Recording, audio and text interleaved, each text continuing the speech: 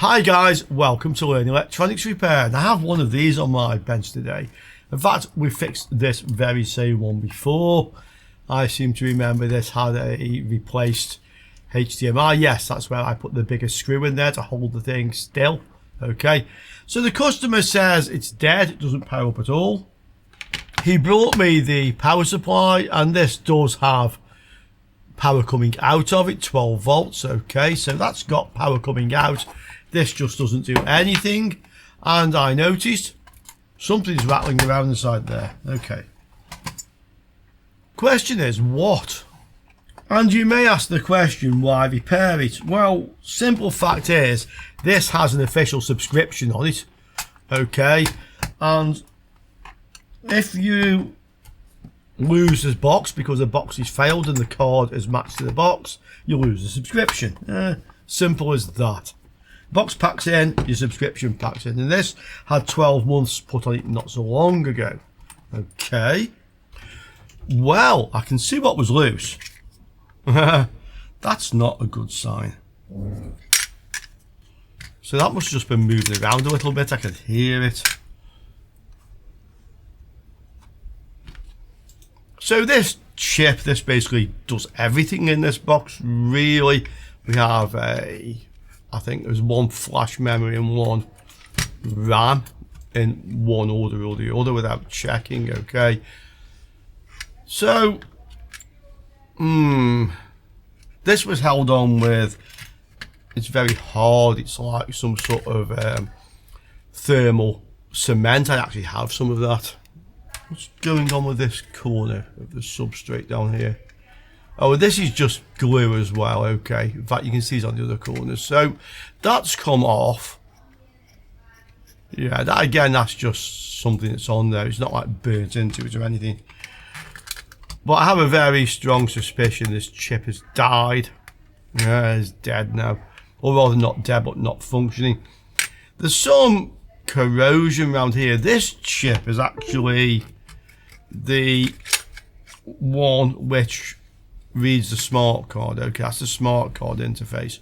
So we'll clean that. We'll power this up again and let's measure some voltages. Okay, so that looks better now. I just clean it with a stiff brush. This one quite worn out now, and isopropyl alcohol. Let's power this up. As I mentioned, we can measure some voltages. And I'm also interested to see if this actually boots up now. It should light up the LED at the front. So this one, okay, let's try it. I'll rest the heatsink back on the chip. I'll put a little bit of heatsink compound on just for now. Okay.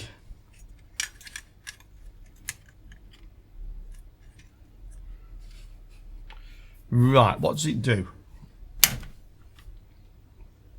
Well, it doesn't do anything. Gives a few seconds. I don't see the LED lit. There is a power button on the front which should start it, but it should actually start from power on. Okay, it's not doing. That actually feels cold at the moment. No, there's a little bit of warmth there. It's not really making a very good contact, really. Okay, so that's a little bit warm. What do we see in the way of voltages? I've worked on these before, but generally speaking, you can make a good judgment of whether the voltages you see are sensible or not if you're not familiar with the device. So most likely in anything like this, you're going to have a 5 volt supply, a 3 volt or 3.3 volt supply rather. You might have a 1.8. They're all sensible values, yeah? Because you've got RAM in, you're likely to find a 1.5. And because you have a processor of sorts, you're likely to find somewhere around 1 volt. So, keeping that in mind, we can have a look, yeah? The obvious place to look for voltage supplies are on these inductors. These are DC to DC converters or buck converters, okay? And on this one, there's another one up there. And we have 4 here. Now, just looking at this PCB, these are through hole, they're not surface mount. There's no easy way to get to the inductor. So you could take the PCB out, but there's another option, and we can try it, okay? And that's definitely getting warm, which is a good sign because it means heat is getting into the heatsink. So I've connected the black meter lead to ground. I just use the connector there for the LMB, okay? Now, because we can't get to the coils, what we do see around here are capacitors, okay? And fairly likely some of these capacitors, groups of 3 or 2, are going to be on the output voltage rail and some are going to be on the input voltage rail. It looks to me very much like this controls that one, and that chip controls all 3 there, okay? So let's look at this one. What do we see here? Well, that's 12 volts. The other end will be ground. We know the supply coming in, or actually I didn't tell you, but the power supply, the thing plugged into the wall, is a 12 volt supply. So we can say that's the input voltage. So the output voltage should appear here. One end of the capacitors will be ground and the other end will be the output. 3.32. So we know that's one of the sensible voltages we expected, okay? This has some capacitors here. 12. I bet all these have 12 on one end, yeah, okay. So the output ones, again, I think will be there and probably there and there, okay. And once again, one side will be ground and the other side will be the output voltage of the regulator. 5, so that's the other sensible voltage. This one then, what do we have? 1.01. That's what we sort of expected for a processor. I think anywhere from about 0.9 to about 1.2. Depends on the processor, of course. And the last one I'd expect is probably the RAM supply. So we go up here, let's have a look. 1.52. So again, that's what we would expect because we can see a RAM chip, yeah, so that makes sense. There's one other voltage on this. This one is towards the LMB. What's on this thing?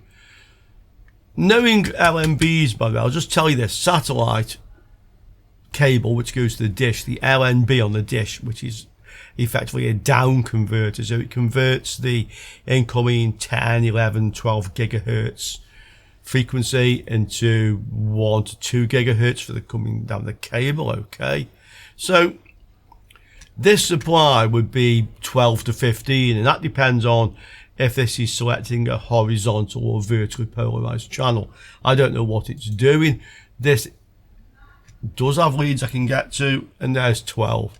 So that I think is also fine. That's a little bit of knowledge, but that would apply to anything that's a satellite receiver, okay? LMB supply 12 to 18, okay? So all the voltages are there, but it's not working, okay? Nothing happens, hasn't booted up. This is just warm.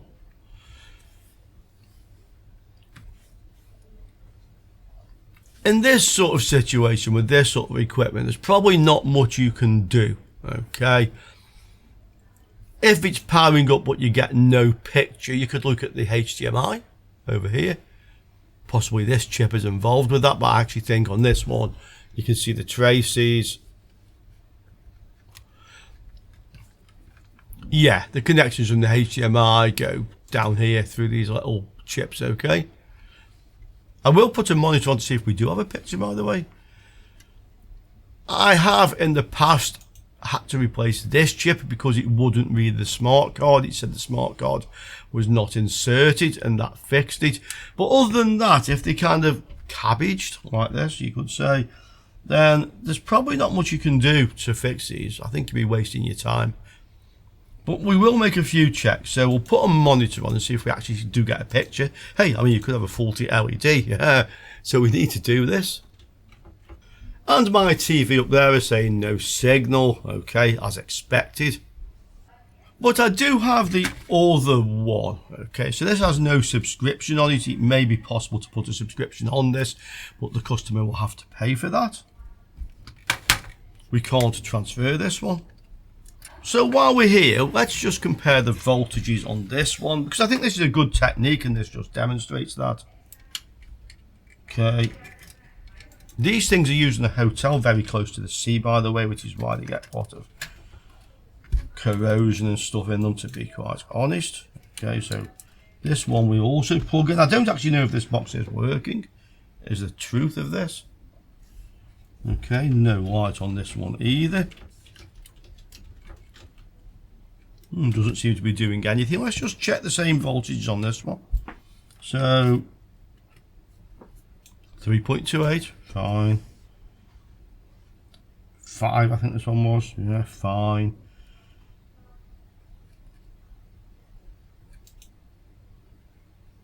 .01, same as the other one, yeah. And 1.5, and then this one, yeah, 11.87. So this also has all the voltages on. Again, I don't have a picture from this one either. This has not been used for several years, and I honestly don't know why it wasn't in use. Okay, let's just, out of interest now, connect the bench power supply and see how much power these are actually drawing. Let's see if they're drawing the same as each other. So I'm just going to use this connector. I keep a lot of these off old power supplies and things. Very handy just to clip your bench power supply on. Okay, and you often need to do this sort of things when you're testing. 140 milliamps. Does that change? Let's see. I'll push the button.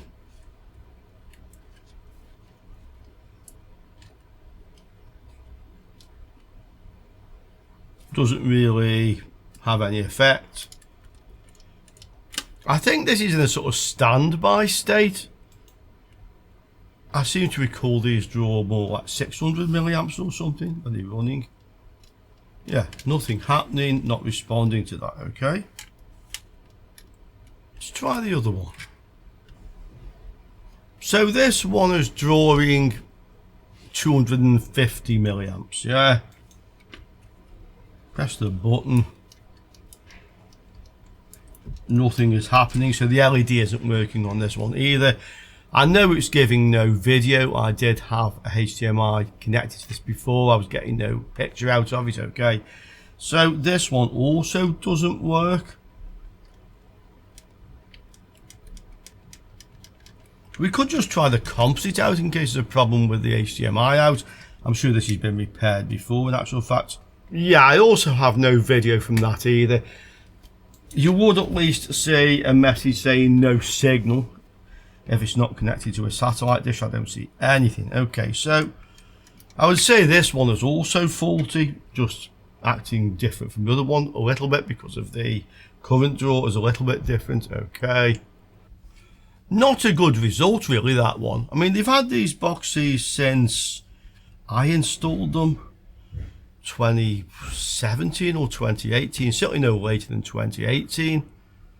Could have been 2017 in actual fact. So they've had them 7 or 8 years. This one's not being used for some time. Okay, I have repaired them before with HDMI because they were forever plugging them in and unplugging them, and the sockets don't like that sort of work cycle. Okay, so the problem really here now is they will have to have another box. There's no way we can do anything with that one. Okay, one didn't have a subscription anyway, so I'll let the customer know. But I think it was a pretty good demonstration just to show when you have something like this, you can quite quickly, just using a bit of common sense, figure out if the power supplies are okay.